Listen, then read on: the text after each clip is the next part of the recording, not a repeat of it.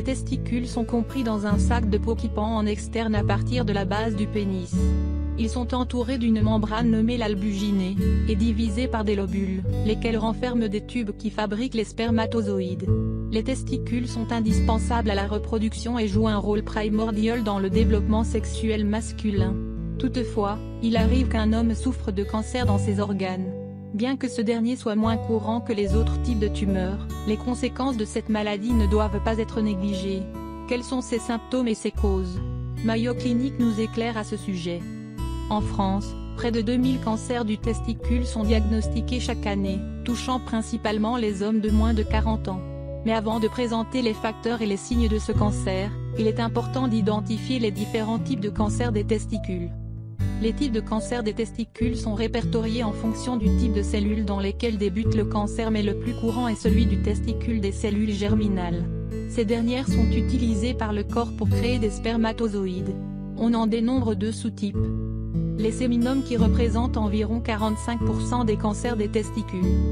Les non-séminomes qui concernent le reste des cancers testiculaires. Quels sont les symptômes du cancer testiculaire? Le cancer du testicule est plus fréquent chez les hommes âgés entre 15 à 35 ans mais peut survenir à tout âge. Il s'agit d'un type de cancer qui répond largement au traitement et peut se soigner, notamment lorsqu'il est diagnostiqué au premier stade. Il est donc important de déceler les signes avant-coureurs de cette maladie, comme suit. Un gonflement d'un testicule. Une douleur dans un ou les deux testicules. Une sensation de pesanteur dans le scrotum. Une douleur dans l'abdomen. Une douleur au dos. Le diagnostic. Généralement, pour faire le bon diagnostic de cette tumeur, le médecin recommandera des analyses sanguines pour détecter la présence d'une anomalie, une échographie afin d'évaluer la taille de la tumeur ou une biopsie qui consiste en un prélèvement d'un échantillon de tissu afin de déterminer la présence ou l'absence de cancer. Quelles en sont les causes? Ce cancer débute dans les cellules germinales mais les causes ne sont pas connues dans la majorité des cas. Toutefois, les médecins estiment que les facteurs génétiques peuvent augmenter le risque.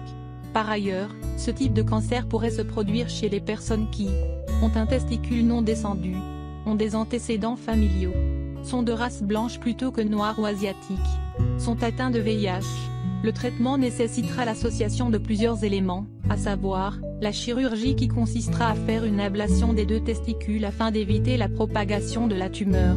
La radiothérapie pour détruire la capacité des cellules tumorales de se reproduire. La chimiothérapie administrée soit par voie orale ou par injection pour détruire les cellules cancéreuses.